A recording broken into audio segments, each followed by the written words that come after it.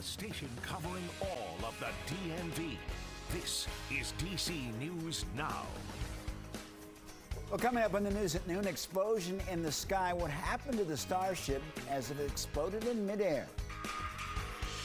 And later, rejecting D.C. police accountability bill. What happens next for the district and their police department? And thank you for joining us for the news at noon. I'm Mark Hall. Let's take a look at the weather. Now, taking a look outside, it's another day of sun and warm temperatures.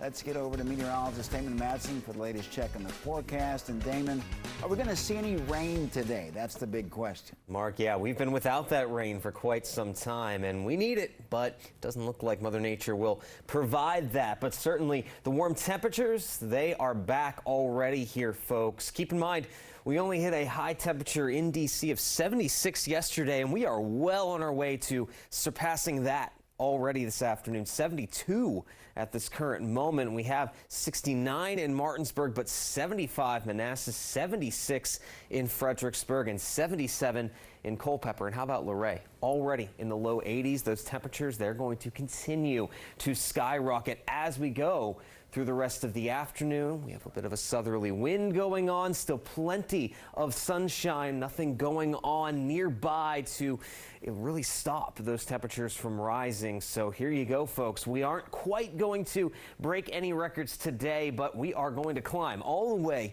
into the upper 80s. You may start to notice a little bit of humidity to the air, but really it is just going to turn out to be a summer-like afternoon as we continue along through this Thursday. But again, I mentioned we need the rainfall here, folks. The latest drought monitor was released today, and now nearly the entire DMV is under at least a moderate drought as we go into the end of the week, with those rainfall totals well behind schedule for this entire year so far. So yes, we desperately need the rainfall, but before that, do we set record temperatures tomorrow as these readings continue to rise? And when do we finally get that next much needed batch of rainfall? We'll have your full forecast coming up here in just a bit.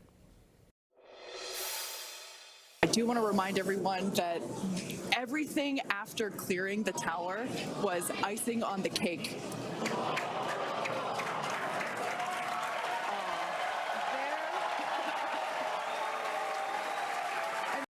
Well, new this afternoon, SpaceX's rocket launch ended in an explosion just minutes after liftoff. Elon Musk's rocket, nicknamed the Starship, started to tumble in the air, and that didn't dull the spirits of people watching who were excited just to see the rocket take off.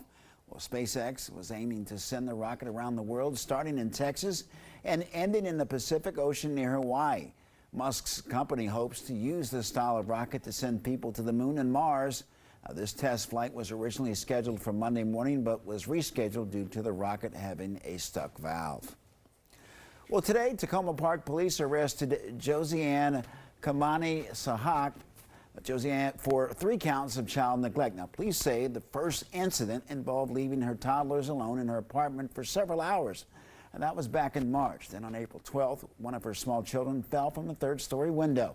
That child was sent to the hospital with non-life-threatening injuries. The next day, officers did a wellness check, and they found no food and were concerned about the unsanitary conditions. The children are in the custody of Child Protective Services. Montgomery County Fire reporting electrical fire in White Oak, and officials say that the fire happened around 9 p.m. last night outside of a home on Sherbrooke Lane. There was an estimated $65,000 in damage to the home and cars in the garage. Officials say 2 adults have been displaced by that fire. Because overturning local DC laws is inherently insulting and disrespectful to the 700,000 people who live here and know what's best for our communities. D.C. community leaders speaking out after the U.S. House of Representatives overturned a D.C. policing bill. Now, this is now the second time Congress has gotten in the way of D.C. legislation. Community leaders say that the move by the House is disrespectful. D.C. News Now's Tosin Fakile takes a closer look. Some local community leaders here in D.C. calling the move by the House a travesty. And D.C. Council Chairman Phil Mendelson says it was no surprise, but what happened was unfortunate nevertheless. The House voted down that D.C. policing bill, the vote 229 to 189. Republican legislators saying the move was about combating crime in the district. The D.C. policing bill was the district's effort to reform the police department.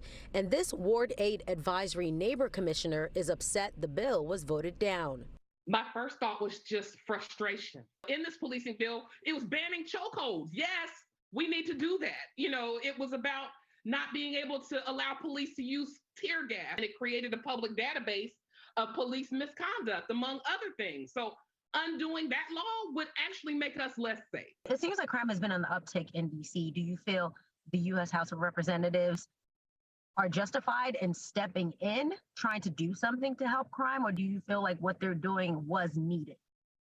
Well, first and foremost, I don't believe crime has been on the uptick, and the numbers bear that out. It doesn't matter whether you like the decisions that those residents made. It doesn't matter if you are in support of what our elected officials decided to do. That doesn't mean that you get to come and override it because it wasn't aligned with what you wanted them to do. I'm sorry, who are you? Council Chairman Phil Mendelson said the bill is all about police accountability. In a statement, he went on to say, quote, "It's incredible that Republicans think accountability is anti-police." Reverend Wendy Hamilton, who is part of the Hands Off D.C. core organizing team, says they won't stop trying to make Congress listen. President Biden has said he would veto the House measure, a different move from the president from the last time Congress voted down a D.C. legislation. We're at the Capitol. I'm Tosin Fakile for D.C. News Now. Prince William County public school leaders are pushing for metal detectors in schools. At yesterday's board meeting, Superintendent LaTanya McCade said that her recommendation to find and install those machines is in the best interest of student safety. She wants to see them installed by the end of September. The board will have the final say on the plan at their May 3rd meeting. And Prince George's County Police are seeing a 7% increase in robberies compared to this time last year. This map shows where some of the armed robberies have taken place over the last 2 weeks. Police say that so far this year, there have been 100 robberies at businesses. And DC News Now spoke with the man who helped an employee after they were robbed at a gas station in Bowie. I helped him out and called 911, and I stayed around, and officers came. The guy was very distraught. He was his first day doing at this store, and he got robbed. Anyone with information about the armed robbery should contact Prince George's County Police. D.C. police have now released the name of a man who was found shot to death late last night. It happened in the Shaw neighborhood. D.C. News Now's Lex Suarez has the latest from police. Well, D.C. police have identified that shooting victim as 25-year-old Raymond Carter III. They found Carter at the scene here, and he was dead on arrival. Now, the shooting happened just after 11:15 on Wednesday night, and officers were called to the area because they had reports of an unconscious person. When they got here, they found Carter on the ground and were unable to revive him. Now, the shooting is right here between 8th and 9th Streets on Rhode Island Avenue. It's left a large portion of the sidewalk blocked off overnight and into the afternoon hours. Police do expect to have the sidewalk back open by the mid-afternoon. It is just one block right next to the Shaw Library, a very active neighborhood around here. Now, investigators have not been actively on the scene overnight, but they do have pieces that they are putting together here. You can see lots of clutter on the sidewalk where the shooting happened, chairs, bicycles, and personal belongings. Police tell me that any belongings that were Carter's would have already been picked up as part of the investigation. Now, as the investigation does continue, police are asking for help from the public. They do have a $25,000 reward for this case. You can reach out to MPD tip line if you have any information. And of course, as we get more information, we'll let you know both here and online on DCNewsNow.com. In Shaw, I'm Lex Suarez, DC News Now.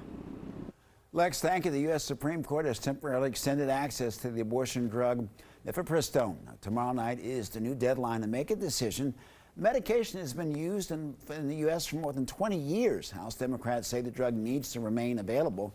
The Biden administration asked the Supreme Court to reverse a Texas judge's ruling that revoked the drug's FDA approval.